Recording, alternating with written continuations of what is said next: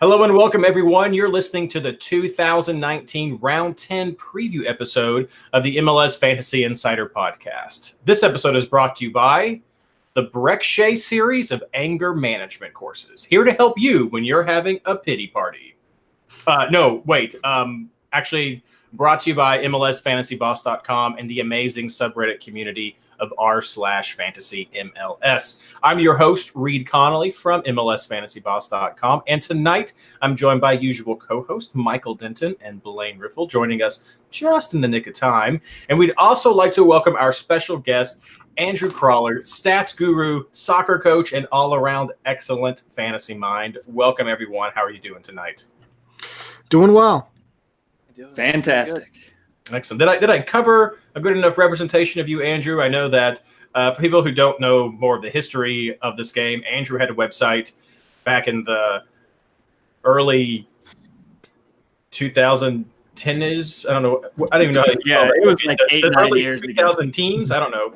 Can we call that? But like when I started in like 13, 14, Andrew had a site. He was one of the few places that had a site, and so he does less blogging and stuff now. Does some guest stuff with MLS Fantasy Boss, but is much more into coaching now and has some awesome stuff that he does with his kids. If you're in the general Seattle, you're still in Seattle, right? No, you talked about still in Seattle. That's what I thought. So we got him here. He's got some cool stuff. We're going to have a great discussion about value later on. And my door just slammed. People heard that, so that's cool. It's okay. If you heard a big noise, that's just a door. It's all fine. But no, we're here to talk about fantasy, guys. So I'm glad you guys could be here. And let's talk about first how you guys did in round 9. Blayne.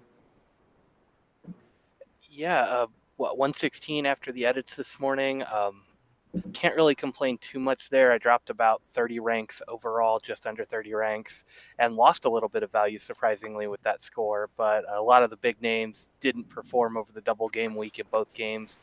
I think some of them had that really bad one-round score. I know Ladero, put up a 3, Zlatan put up a 2 or a 3, and I think that really hurt the value of certain guys. But overall, can't complain too much. My bench came in pretty solid with 24 points. Matarrita's injury was probably the big letdown of the week for me.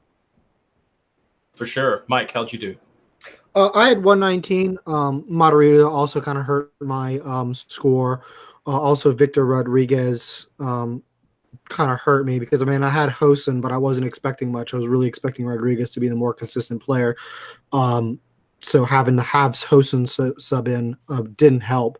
Really, my only saving grace was Shea Salinas and the 21 points that I had coming in off the bench. Otherwise, but other disappointment is not having a whole lot of Montreal defenders, either in goalkeeper or in the defense. I think that was the big differential. None of the forwards really did all that well this week.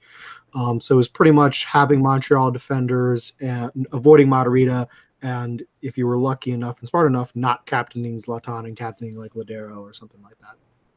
Andrew. So I got 94. My team was full of red cards and missed PKs and injuries and all the bad things. All happened this week because I avoided them all last week. And so I gave back the about 150 ranks that I gained last week. Dropped out of the top 200 again. One to forget. Now, this is not contrary to any of the plugging I was doing for Andrew at the beginning of the show. He just got a healthy dose of because MLS this week. If you haven't kept up with some of just the various other games in the league, it was nuts with red cards and craziness this week. So instant replay is a great watch if you haven't looked at that yet. As for myself, I got 137 points. So I had a pretty good round, top 300 for the week rank. So people like Mike was saying who leaned in on Montreal or picked up Ladero. I know that was one of our big points last week was Ladero or somebody else. And we all advised against Ladero. So, it happens. But if you did go that route, you had definitely a higher score. People in the 130s, 140s, that's where you were shooting for to get some good solid increase. I had Shea Salinas on my, I can't, I'm not even going to try it. I can't talk right now. Yes, thank you. I can't even talk right now. And that's an easy one. And I butchered that one. But I had him in my team at the beginning, and I took him out to go a different direction. I'm not too upset about that because I brought in Lovitz as a different direction. So I got 21 points anyway. So I did have some Montreal coverage there. I was honestly just hoping for some value gain out of that, and maybe they'd get a one good round, but that paid off. Had Icopara, had Tinnerholm, had the Rodriguez injury that hurt me. I did captain Zlatan, but I got 18 out of him. It's not like the 30 you would have gotten from Ladero, but still a pretty solid pick if you did go with Zlatan. Also had JDS and Morales, so pretty solid there. I had nobody on the bench, though. I threw everything into the field, gained a couple of million out of that as well, so that worked out for me, especially going into this week. So pretty intense round. Over in the head-to-head, equally as intense. Mike, you had a crazy matchup against Bobby Warshaw that I will let you talk about to not take away any of your thunder. Sure. I mean, there was some smack talk on Twitter. It was a one-way street. It was really just me making fun of Bobby and him not responding. But I won, and then he responded. So 119 to 116, I came in at the end once all my subs points got counted. And those Shea Salinas points put me over the edge. And so, yeah, I beat Bobby, left him with nothing but sheep and no sheep board. So, boom. There we go. Blayne, you and I had a head-to-head this week, and if people were just paying attention to the scores, they know that I won that one. So thank you very much, sir. Pretty close, though. Pretty close. So you had a very solid score. Andrew, you lost yours. Surprise. We know you had the rough week. It was against Steve McPherson over from Minnesota, a great commentator out there doing a lot of fancy stuff. Check him out on Twitter if you don't already. So they've been doing some good fancy coverage there. We'll try to get him on the show sometime in the next couple of months as well. Get some more variety here. But yeah, Steve did well this week. The highest points, though, goes to Ryan Anderson, MLS commentator here at MLS Fantasy Boss with our stats articles. 149 points. So a massive score right there for him. He is still number one on our table right now with a record of 8-0-1. So some people are right there on his heels, but he's secured that spot. Over at Patreon, River Schoolkill with a record of 7-1-1 maintains the top spot. He lost his first game this week. I believe FC Star Fox is right on his tail, but he's still killing it 7-1-1. So fantastic job right there, man. Patreon League is a lot of fun with the head-to-head this year. Let's get to takeaways, though. I'm noticing for those of you in YouTube world that normally when everybody talks, it switches who is the big screen. And it's not doing that right now. And I really don't know why. So you'll get to look at me a lot more this week. So I apologize. I don't know. You can look at the stuff I have in the background. I got some scarves. If Andrew does get big, he's got the MLS Fantasy Insider scarf I noticed in the background there. So I'll see if I can fool with that and make that work. But guys, let's talk about our takeaways from round 9 that are important to people. First, most surprising moments. Mike. I think it's the one to start off the week, which is that, Montreal had those travel issues where they didn't leave until like 3 hours, didn't get there until like 3 hours before the game. And then they just smoked New England. I mean, I know New England's bad, but I was a little surprised that, that's one of the reasons I didn't go with Montreal Defenders is because I was worried about them having a little bit of lag from the travel. And then I think the other big one for the week was the 0-0 between the Galaxy and Minnesota to start everything off. I was expecting that to be a goal fest. Minnesota was missing a few people for red cards. Zlatan and Quintero both on the field, and they both blanked. So that was kind of a weird game for me. So I think those are probably my two biggest surprises. Yeah, for sure. That was definitely a big one right there. There's another one, but I'm gonna let Blayne talk about that third. Yeah, Blayne, why don't you go ahead and go with yours? Yeah, Sporting is in a lot of trouble right now, and New England finally found a goal scorer. If Caicedo, and I can't remember which one, can keep this up, I mean, holy cow, New England's got some speed and some ability to get behind any defense in the league. But important to take away, though, that I think this game was the most minutes he's played at all this season. So he's not necessarily maybe going to be a 90-minute player. He's maybe going to be an off-the-bench player. I don't know if it's a great person to really throw all in behind right now. But before this game, I think the stat in New England was one shot on goal by a center forward all season, and he just put up 2 goals. I mean, body of work for the rest of the crew is not very good. So like they're desperate for anybody who's going to start and put shots on goal. 2 goals there. Got to be a huge guy going forward. I would expect him to get the starts from now on, given that. But they came at Sporting with speed, and it's the same thing I've been saying all year. Speed and getting behind this defense will really tear them up. And with the rotations and the injuries, Sporting's defense is decimated right now. I think 2 starters and 2 guys that are whatever. We're gonna butcher that name. Abdul is what we're gonna call him. First professional start in MLS. Croizet is playing left back because Sinovic's in the doghouse. I think there's 8 guys now on the list of injuries for Sporting up and down the field. It's bad right now. That's the same number of goals that they've given up in their last 2 games. Ouch, burn right there. Andrew, what were some of the surprising moments for you from this round? San Jose kept a clean sheet. Heck yeah. Crazy. And they got a draw against your Sounders. Yeah, that's their 3rd result in a row. 3 results in a row for San Jose. Are they for real? I don't know. That's the question. Is it just getting used to this man mark system? Do we give some credit to that, or is it? Oh, absolutely. Absolutely, it's the man mark thing. It's something that you just can't prepare for. It's so different from what anybody else in the league is doing, and it's not really something that you can get ready for in just a matter of a week. I mean, there's just not enough time because it's so unusual. Everybody else plays some sort of zonal marking for the most part, and the man mark, it just screws with the defensive shape and the attacking shape, and it's just so different. Yeah, that's exactly what, if you were listening to Extra Time Radio, they were talking about how not only is it different, but that it's not even worth preparing for because you've got all these other teams that aren't doing that. So why waste your time to figure out this where you might play the team twice in this season to even do that? So, I mean, I'll go ahead and say that's one of my takeaways that we're going to be talking about next is look at this San Jose team. We were very easily dismissing them at the beginning of the season, picking against them heavily, which paid off. So that was not bad advice or poor strategy at the beginning of the season. They are getting it together as tends to happen. I mean, we're 10 weeks into the season now, so you're hoping that some people are trying to get some things working better than week 1. And it's Colorado.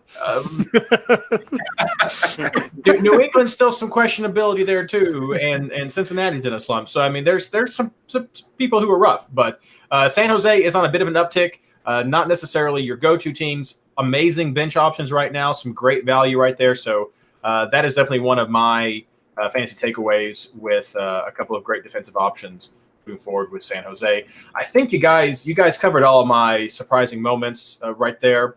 I'll go ahead and talk about my other takeaways.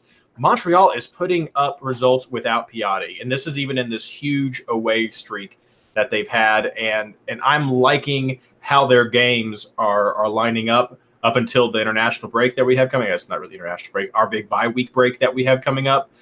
So look at those Montreal players, look at those defenders. They're set for some value gains, they're set for some points, and this is all without Piatti. If he comes back, when he comes back, that's just going to be even more. And if that's set up for that home run, that's going to be some great stuff right there.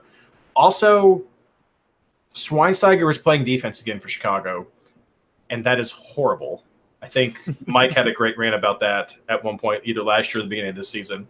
But you just don't want Chicago players when Bastian Schweinsteiger is playing back on defense, and so they're becoming a team to bet against, even though they've had some decent options at times. And CJ Chapong is still a decent option as a bench forward, but this is not a team that I'm looking to lean on going forward, especially after seeing what happened with Bastian Schweinsteiger in the back. Andrew, we'll let you start this one out for your major takeaways from round 9. One of the things to look at going forward is Seattle. We basically have half a team. We literally couldn't even fill our bench this last week because we have so many injuries right now. Plus, we just got 2 more red cards. So it's going to be a little bit of Tacoma Defiance playing this next week. Some Seattle too, moving up there. Blayne. Yeah, I'll harp on Chicago a little bit more. I mean, I know I had thrown out Katai and possibly Sapong last week as options. New York City's not known for having the greatest defense this year, and Montreal has been kind of hit or miss. And on the back end of a double game week, I expected more offensively from Chicago, and they didn't give us much of anything.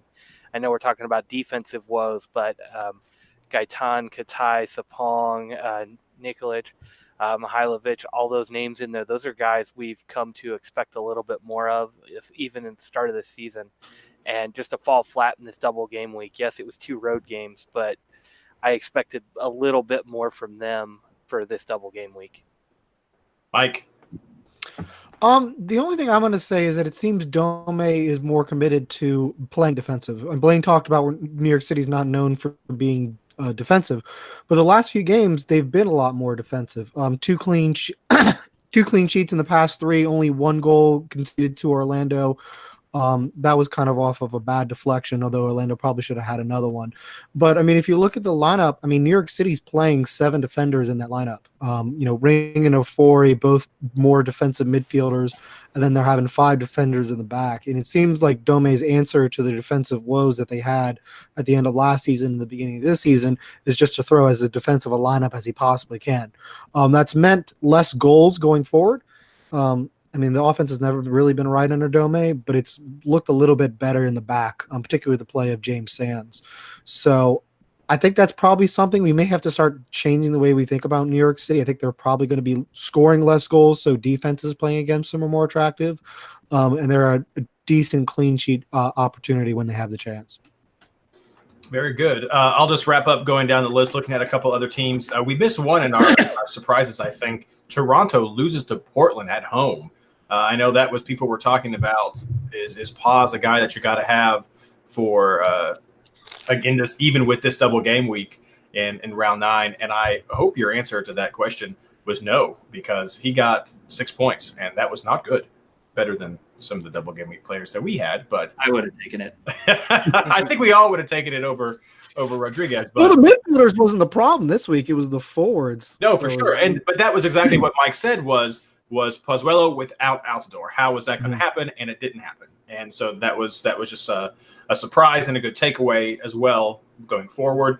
Atlanta against Colorado, they got the win, but probably not what people wanted for the home game against Colorado, which has struggled, as we mentioned.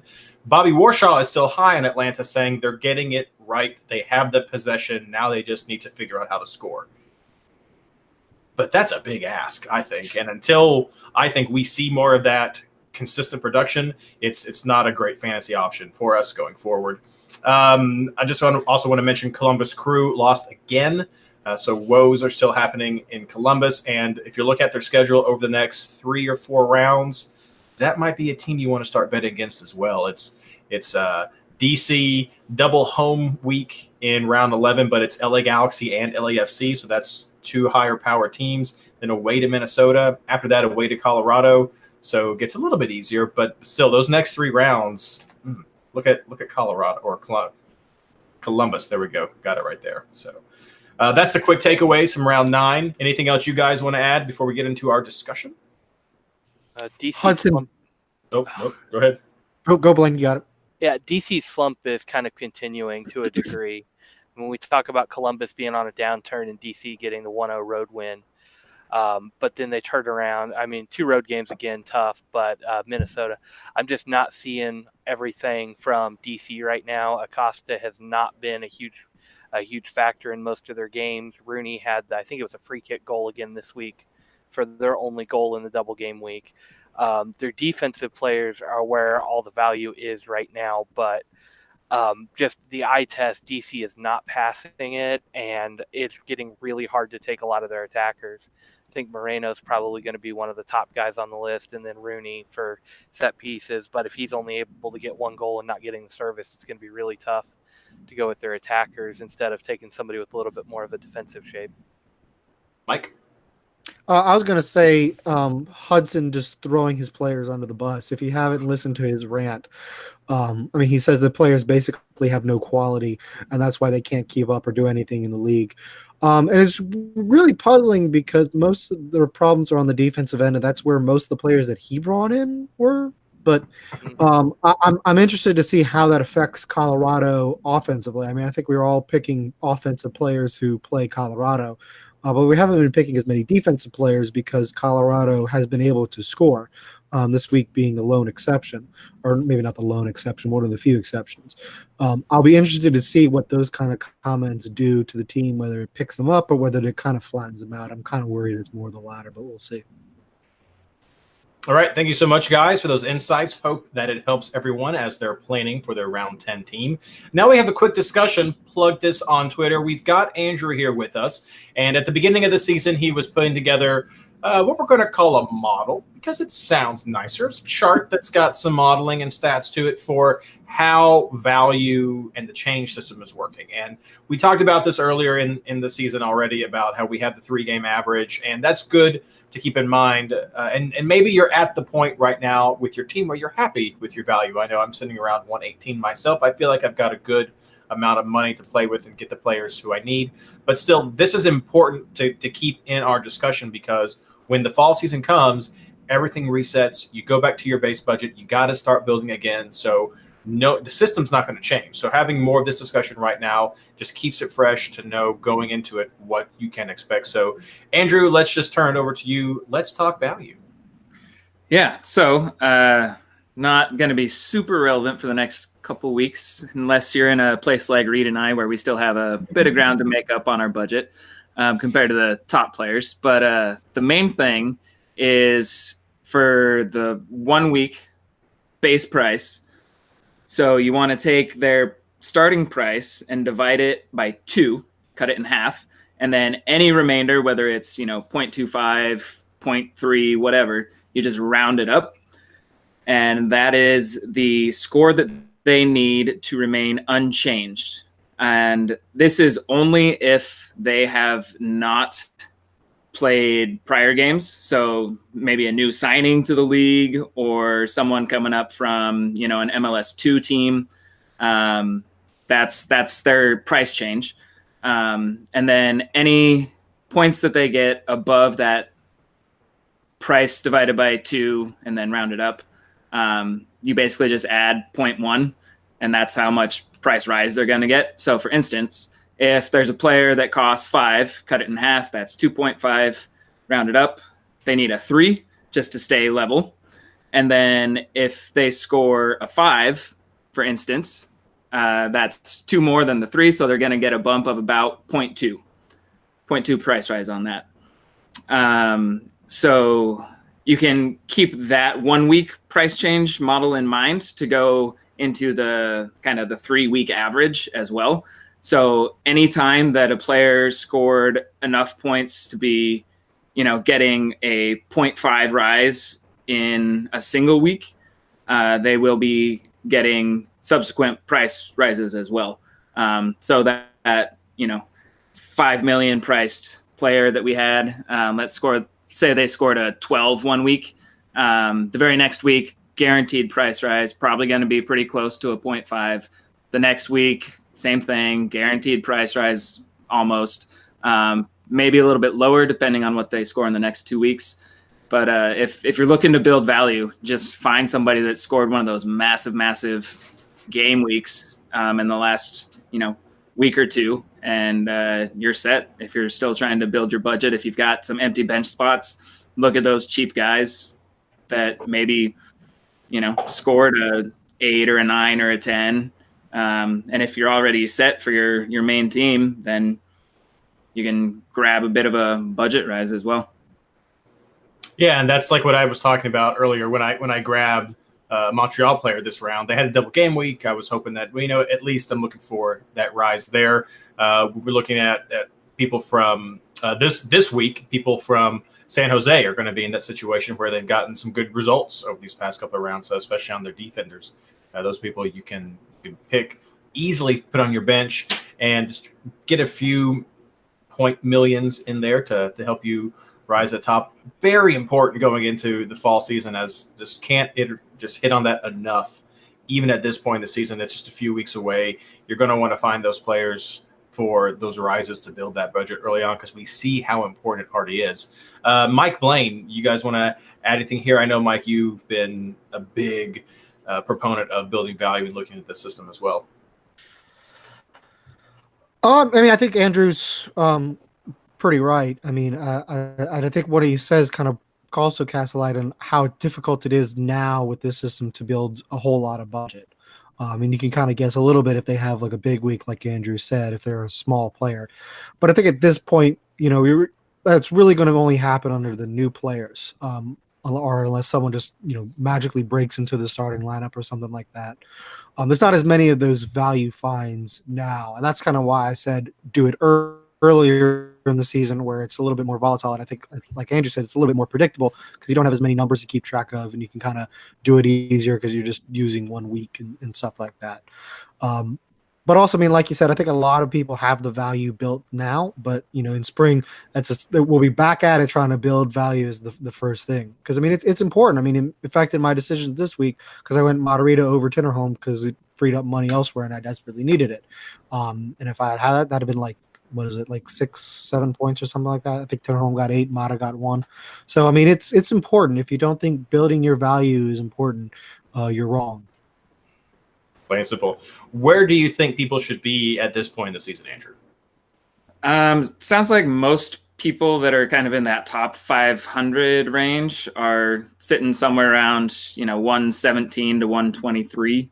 Obviously, some of the players towards the top have a bit more than that. But I'm sitting at just about 120 myself. Reid, you're a little bit below that, but in that range. So somewhere around there, you can afford most of the big hitters and then have a bit left over to upgrade your bench or maybe get some of the more expensive defenders instead of just going, the fantasy mullet, which I know Blayne is a big proponent of.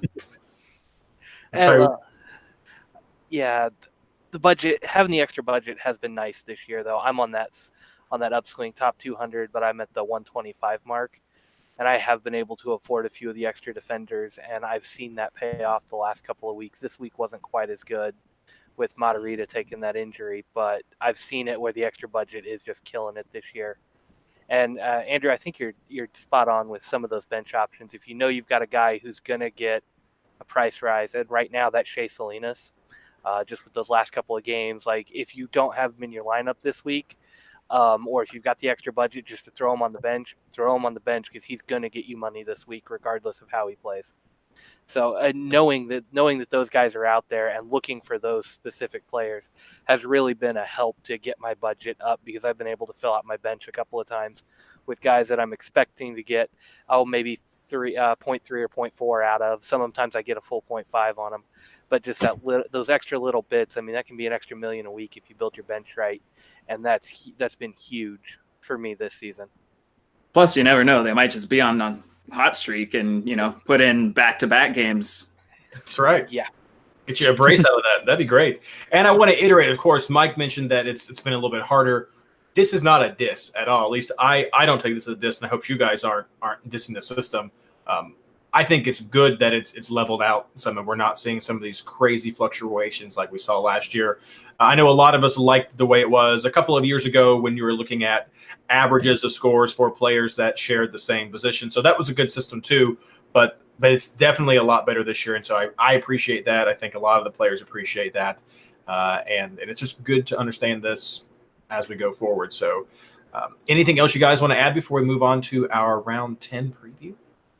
I'll just agree with what you said. I don't think last year's system was that good because I think it was way too predictable. It was too much of a value gain, and it got ridiculous very quickly. I mean, even where we are now, like Andrew said, with most people at 120, budget's still going to come into a factor to a few decisions. You're going to have to make some sacrifices elsewhere. You're not going to be able to put, the best player at every position everywhere.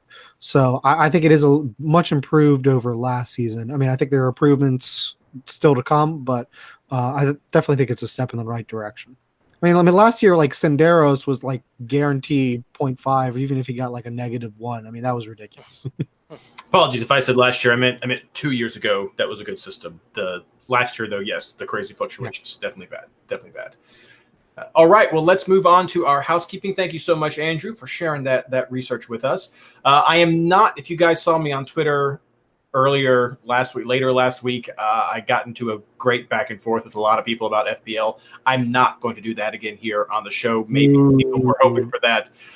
If you want to hear my thoughts about MLS Fantasy versus Fantasy Premier League, send me a tweet at MLS Fantasy Boss. Let me know. We'll maybe do a special edition video for that. Probably make that available to Patreon people first. And if people really like it, if you're a Patreon member, let me know. Do you want to hear me ranting about FPL or talking with the guys about FPL? I'll throw that out there and we can make it open to everybody else later. But it was basically, I felt like, that meme of the guy sitting at the table with the sign that says blank changed my mind.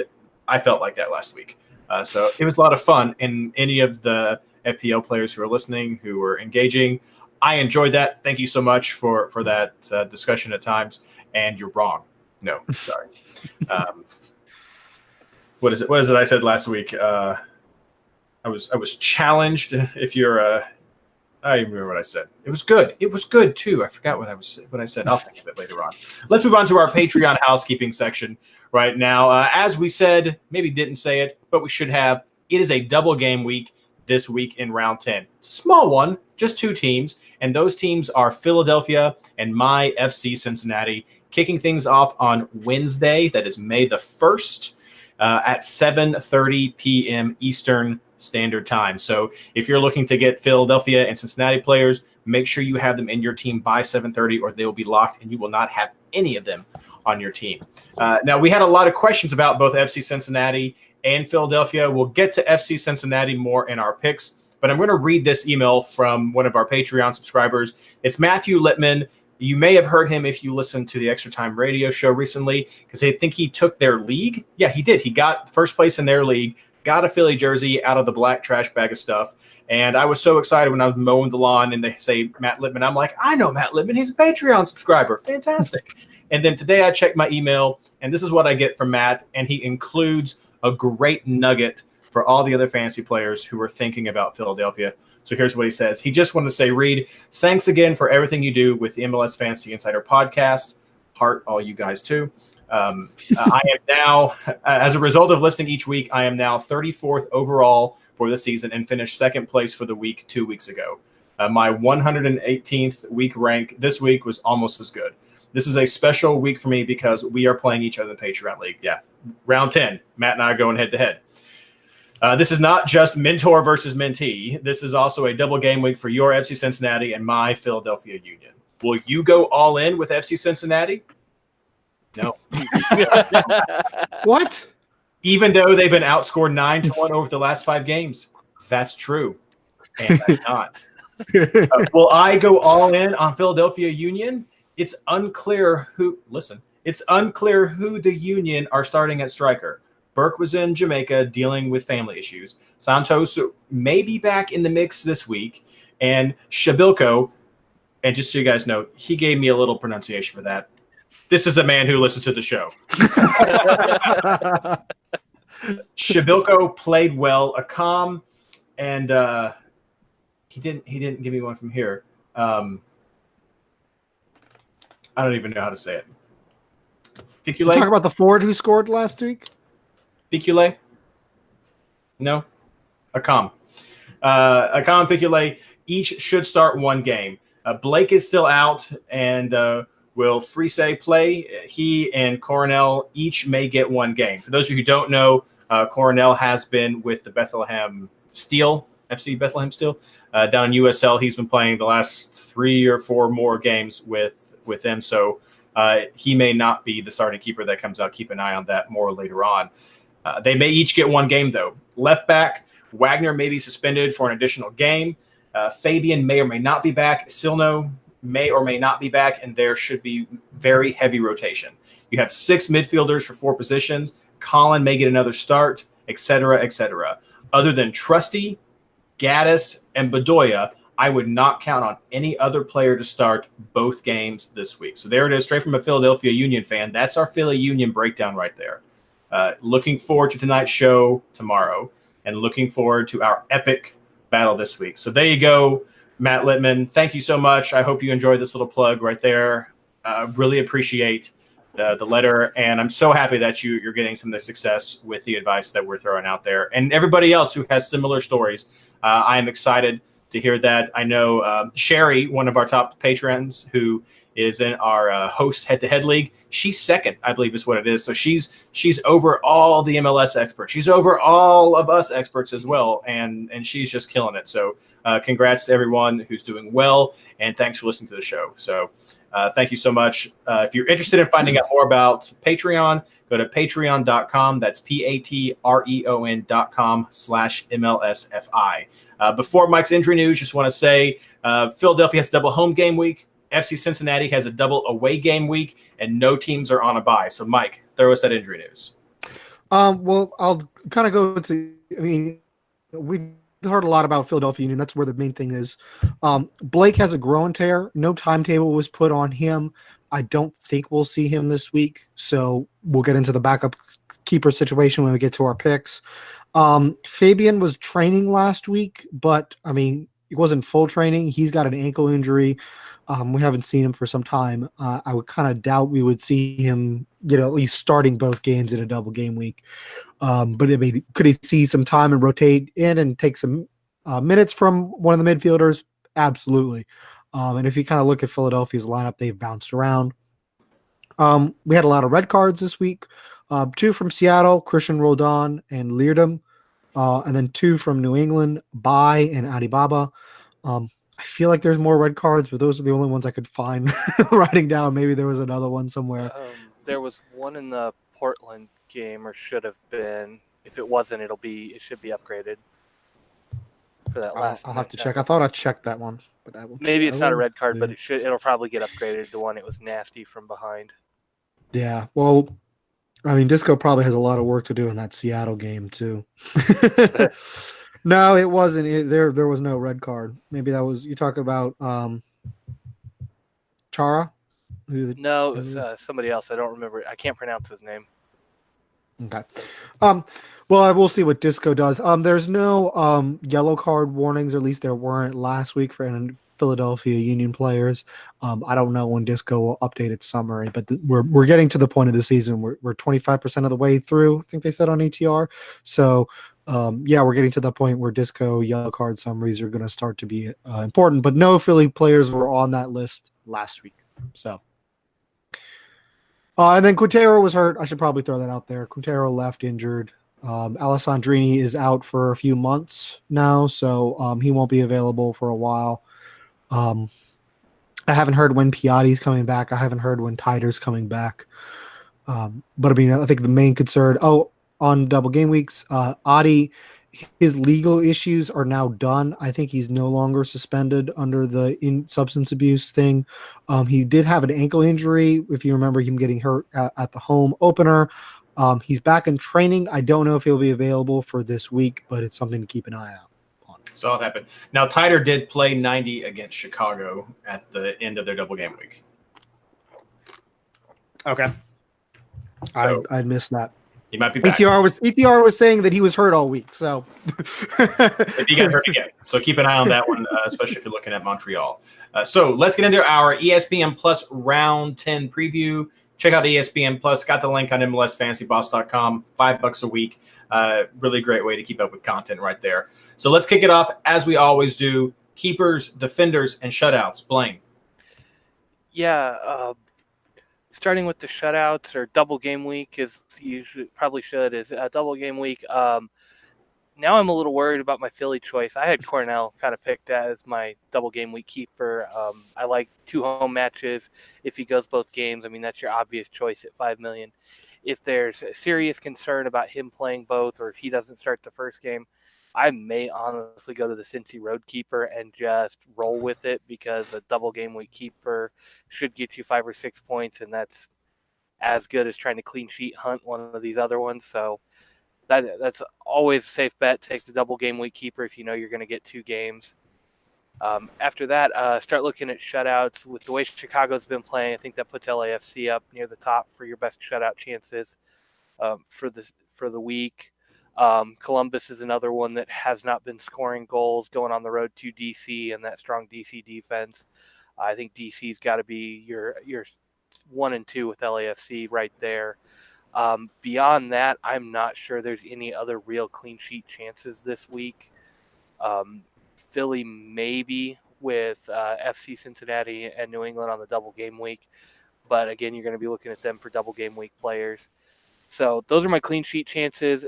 Knowing that and seeing everything else that has gone on, I've got Betashore and Salinas in my lineup. And then I've got Blayne as a switcheroo candidate to see what happens. Double game week defender at a decent price. Going to go with that. Probably not going too much more money on defense, but I do have some extra budget in case I need to upgrade one of my scrubs to get a better result after this. Mike. I'm thinking along a lot of the same lines as Blayne. I have Freeze as my Philly goalkeeper. He's the one who started the last game. He's only $4 million right now. But I mean, it will kind of stress this enough based on the email that we got and what you can see in Philly's injury history. You're going to have to check that lineup. I have Elliott as another defender. I mean, I like Philly's clean sheet chances for both of their games. I tend to like double game week defenders anyway. I have Elliott. He's been pretty consistent. I'd be really interested to see. I wish I could follow up on that email to see why he doesn't think Elliott might start both games, because it seems like Elliott was a pretty consistent starter from what I could see. But obviously, I'll double check that and make sure. I have Salinas as well. I think that's a great opportunity since he's struggled to score.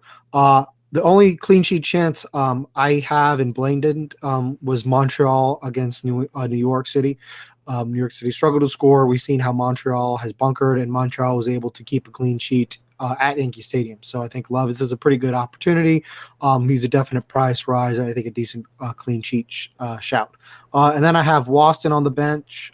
He's kind of up and down, but I think he's the best chance for bonus points from Cincy, and I just kind of have him on the bench. I wasn't really convinced by any of the rest of Cincy's defenders as really having much of an opportunity for bonus points. Andrew.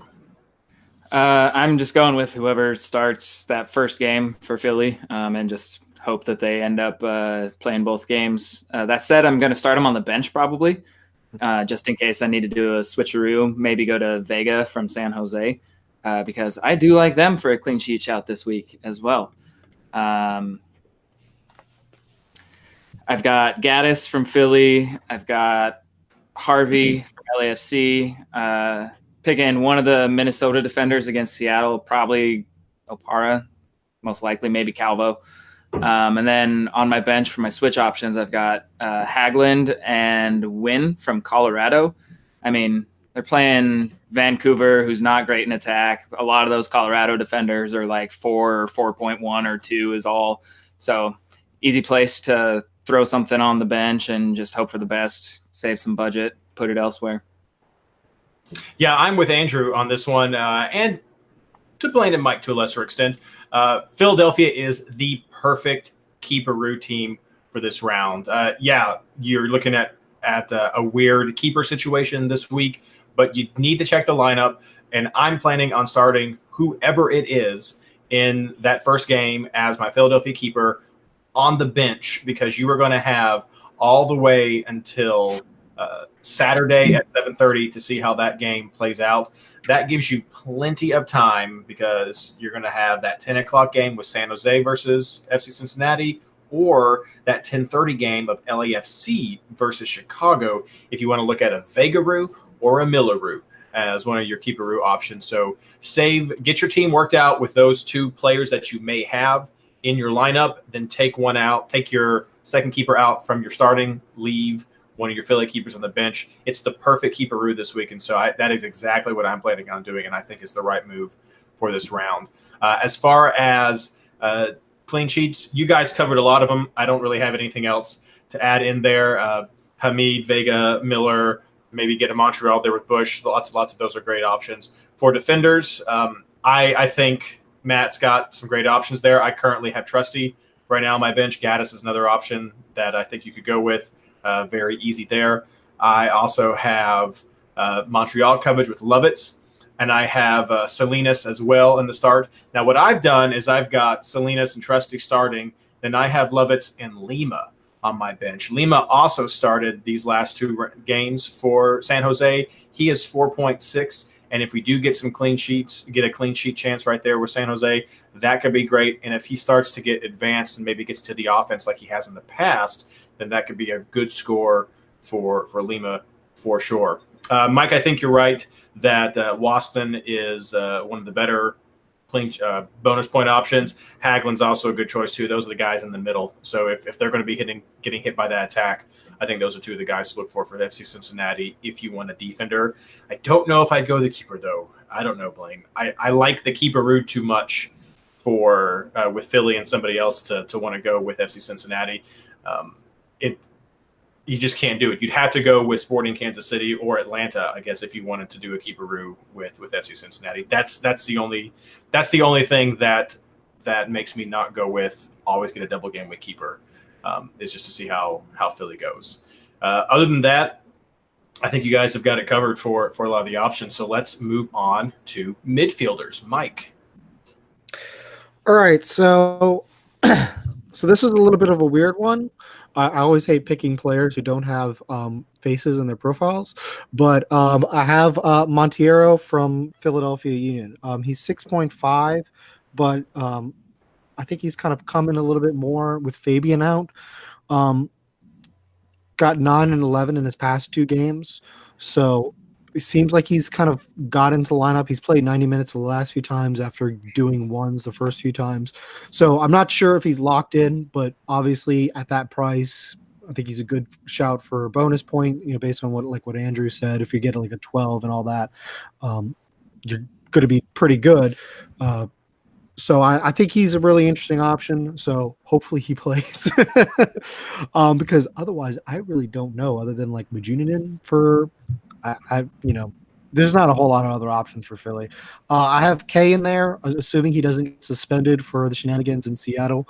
And then I have Pozuelo. I know he doesn't have Josie, but I think TFC has a better matchup against Orlando. And even so, I think 6 points this week is okay, whereas last week with so many double game week options, I was a little less inclined to do that. So then I have Loa on the bench from FCC, just to kind of, double game week, but you get something, see what happens off the bench. For sure. Andrew. I am going with Haris Madunyanin from Philly. If he doesn't start for whatever reason on that first one, I'll probably just switch it over to Bedoya. I feel like you kind of have to have one of those Philly midfielders simply because of the double game week. I'm going with Kenny Safe from FC Cincy. He's had decent enough consistency since he's been starting anyways. So he's one that I would take. I am going with Pozuelo as well, and Johnny Russell from SKC. Blayne. Yeah, I mean, Madunjanin was the first guy on my list. Double game week. I think he's got set pieces locked down, especially with some of the names that have been in and out of the lineup. He's kind of your backup for all of those, and so he should get the set piece duty this week if there's still a couple injuries or some rotation. I also like Pozuelo. I know it's a road game for Toronto, but I think he'll do fine against Orlando. But I'm going with Nani in Orlando against Toronto. I have not been high on that Toronto defense all season, and the way Orlando has been playing lately, I expect him to tear him up. So go with that one. Jonathan Dos Santos on the back of a huge double game week. Red Bulls have not looked that good. He's going to be clogging the middle. It's another road midfielder, but I just have a lot of faith in the way he's playing right now. And then my bench spot is a kind of a toss-up. Alan Cruz from FC Cincy. I think with the speed and the pace he's got, he can really open up one of these games, and he's kind of my Ottaru candidate. But I've got the extra budget where I could make that Atuesta if I wanted to for LAFC, and I think I want that extra coverage from LAFC this week. So I may forgo a second double game week midfielder in favor of a few single game week options. I really liked your choices because I had a couple different guys targeted as well. Midfield was a really weird spot for me this week because there are some not great only 2 double game weeks, so not a whole lot of options, and then some weird matchups that it was kind of tough. I had Medunjanin as my first choice, and then I read our email and was hearing about. So I've switched to Bedoya, but looking at Medunjanin. But Mike, I really like that Monteiro call that you're making. That's an interesting option right there. 6.5 could really help a lot of people with their budget. So I'll put a bookmark on that one. I also have Tighter because I do like what's been happening with Montreal, and if he does start again, I guess I'll just have to keep an eye out for that, see if we can get an update. But I've got Tighter right there. I got Rusnak on my team as well. Been a little up and down this week, but usually better at home. Portland, they've been much more defensive, but might still work in their favor. But I've got Rusnak right now. I may switch that one up depending on. Then I've got K as well as a fourth midfielder right there to get some of that LAFC coverage that we've all been talking about. For midfielder, we had definitely some questions about FC Cincinnati midfielder options, and you guys have covered a lot of them. Uola, Cruz. I've got Bertone right now. Some of the more, Uola and Bertone, some of the more defensive-minded players, at least being used defensively. Saif. I always want to say Saif because I think it should be different. Like I read it, and I'm like, surely that I can't say it that way. It has to be a different way, and it's not. It's not. Overthought it. Saif and Cruz tend to be a bit more offensive minded, especially Saif. He's had some fantastic passes from what I've seen on TV and what I've seen in person. Just he's really great with finding that. He had some conditioning problems early. He wasn't able to quite get through the whole 2 halves of the game. Maybe that's fixing a little bit now. And then he did come off early this week. I know that, like I said, maybe it's fixed now. Fingers crossed. Sorry, that's what I meant with that. Fingers crossed. Because he does help. If Adi does come back, though, it just makes me wonder how that's going to affect that dynamic next segment. And then I do love Cruz. Cruz is one of my favorite players right there because he does have that speed, he does have that explosion, and can be the whole box-to-box thing there. So it's really a budget thing for FC Cincinnati. If you want coverage, decide if you want something more box-to-box, you can look at Cruz, something more defensive, Uola, Bertone, and Bertone can do box-to-box as well, and someone more offensive, can he save? So it's just whatever your budget and your particular play style wants you to do, and then keep an eye on the Philadelphia lineup. Let's move on to, let's see here, make sure we got all the points that we've got covered. Anybody looking at Atlanta players? I know we talked about Sporting Kansas City. Are we just still, I mean, I'm not, but I just want to double check no one else. Head nods, shake nods. Okay, good. Just checking right there. Let's move on to our forwards. Andrew. I am actually considering taking all 3 forwards from LAFC. Wow. Chicago has really, really struggled defending anybody with any sort of speed out in the wide areas on the wings. So I might end up taking all of Vela, Rossi, and Latif Blessing. I'm not quite sold on Latif yet. I might go with Quintero if he ends up coming back from that injury that he picked up. Maybe Elise from Houston would be my other pick, but Vela and Rossi for sure. And then maybe Latif or Elise Quintero maybe if he's healthy. And that's a big Texas derby, so you never know what could happen with that. They've had some crazy results in the past. Got to get that cannon. That's right. Got to get that cannon. Oh, that's a great slogan. Texas derby, got to get that cannon. Love it. Blayne. Yeah, Vela and Rooney are my 2 that I was looking at. I know I kind of said fade DC a little bit, but Columbus's defense has looked that bad lately.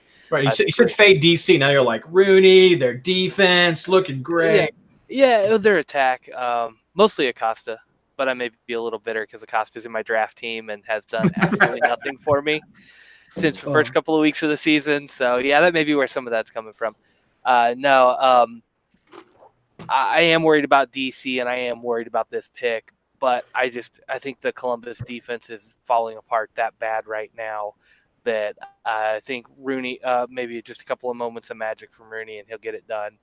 And then I've got a Calm on the bench for Philly just to see if he happens to do something in that first game if he starts. Good chances here against 2 little bit weaker defenses, and his speed can unlock some stuff. So double game week, 6.7, so not terribly expensive to risk it on the bench. Yeah, great option there. Mike? I'm kind of similar to Blayne. I have Vela. I also have Rooney. I'm not really confident in that Rooney pick. Maybe I'm kind of interested. Maybe I might swap him to Rossi, but I have Elise on the bench. Houston has been doing really, really well this year. We don't talk about them enough. There was a graphic going around talking about the greatest expected goals differential through, I think it was the 7 games or wherever this point in the season. LAFC was at the top, obviously, because they've done so well. But you know who else was on that list? The 2019 Houston Dynamo. They've been doing really, really well at home. Whether or not they can do it on the road is another question, but it's a question we don't have to answer this week. They're playing Dallas. Dallas is okay, but they haven't looked that great against the better teams. So I think this is an opportunity for Houston. Yeah, no, great call. We should give some props to them. Again, you guys have touched on a lot of the players. I've got Vela and Rooney in my team right now. I've also got Nemeth in my team. I'm not 100% sold with that. A lot of that is just some of the weird things happening with Sporting Kansas City, like you said, Blayne, earlier. And that Sunday game, I hate having some players like that on Sundays because you have no other options. If something goes wrong, you're kind of screwed. So I tend to shy away from that. But I have him there right now, so that's something to think about if you're looking at those options. Had a question mark by Quintero, and I think we talked about that. Anybody looking at Rudy with Montreal? Head shakes.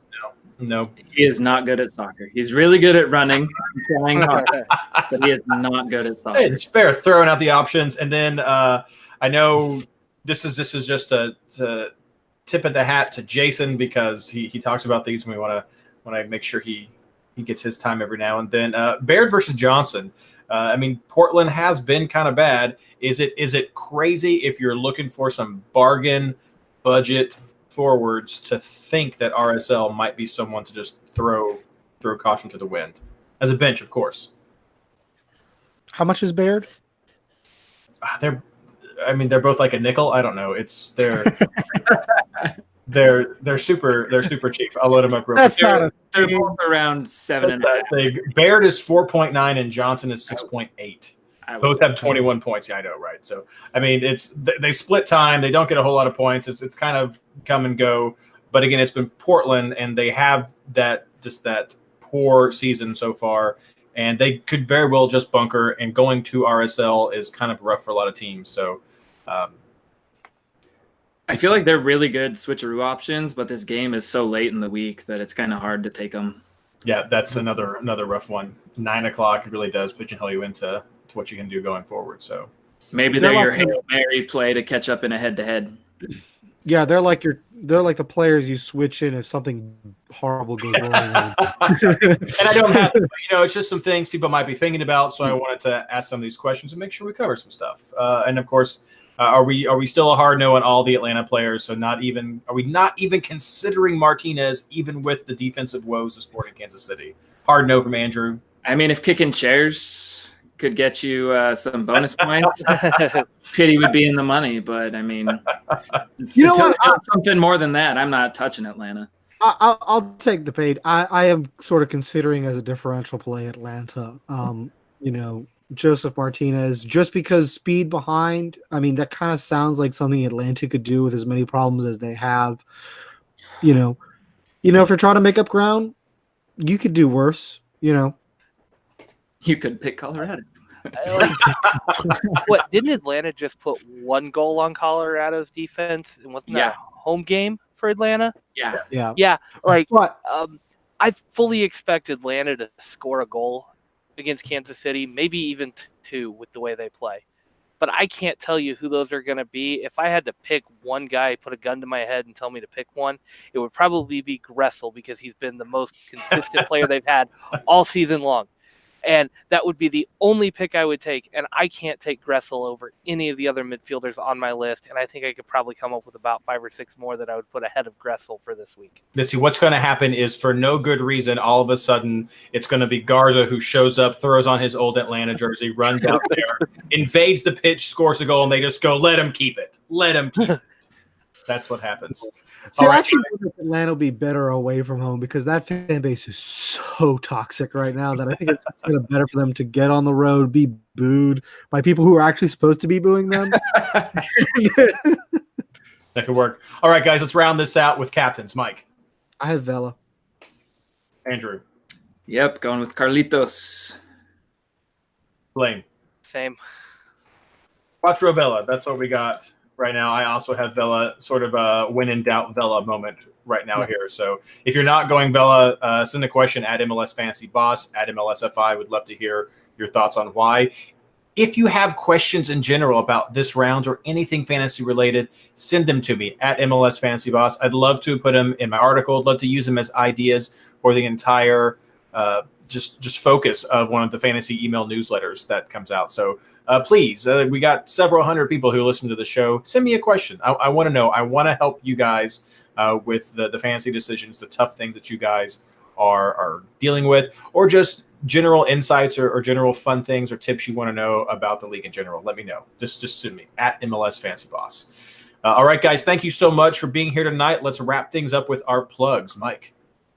Nothing this week. Just follow me at Mike.Tiger and tweet out hashtag MLS injury news if you see something. Blayne. Yeah, gonna give a huge shout out to Richard Amici from the Tacos League I play in. Round ranked #1 overall this week. Huge to come out of one of my leagues like this. Have a lot of fun playing with this group. I think he said he jumped up like 170 ranks to 31st overall on this one. Ooh. He's been giving me a run all season in this league, still undefeated. So got to give a huge shout out to him because that was an awesome week. Andrew. So as Reid mentioned at the top of the show, I am a coach, and we're in tryout season right now with the youngest kids. And so I'm going to plug Tom Byers' book, Soccer Starts at Home. It is readily apparent within the first 30 seconds of watching a kid if they have done the kind of training that he talks about in his book. Basically, buy him a size 1 ball, tiny ball about this big, and just let him dribble. And it is readily apparent. So make more soccer players, whether you have kids of your own or you just want to be the cool aunt or uncle. Soccer starts at home. Check it out. I'm going to write that down right now. I mean, I can just re-listen to the show, but Soccer Starts at Home. Yeah, great tip. I get a few of those little tactical books too. That sounds one I put onto the Christmas list. As for myself, check out everything over at MLSFantasyBoss.com. Also head over to r/FantasyMLS, the subreddit. Lots of discussion and rate my teams, and the questions thread for this podcast get posted there. A great community. Speaking of great communities, MLSFantasyBoss.com also has the Discord server. So go there, chat with some of the top players in the game. And as I already mentioned, be sure to subscribe to the fantasy newsletter. And on most Fridays, when it's not a huge double game week, you can catch me on Sirius XM talking with Jason Davis about fantasy tips that can take you through, especially if you've missed a midweek, some fantasy tips to get you through the rest of that week. So lots of stuff out there. Thank you so much, everybody, for listening. Good luck.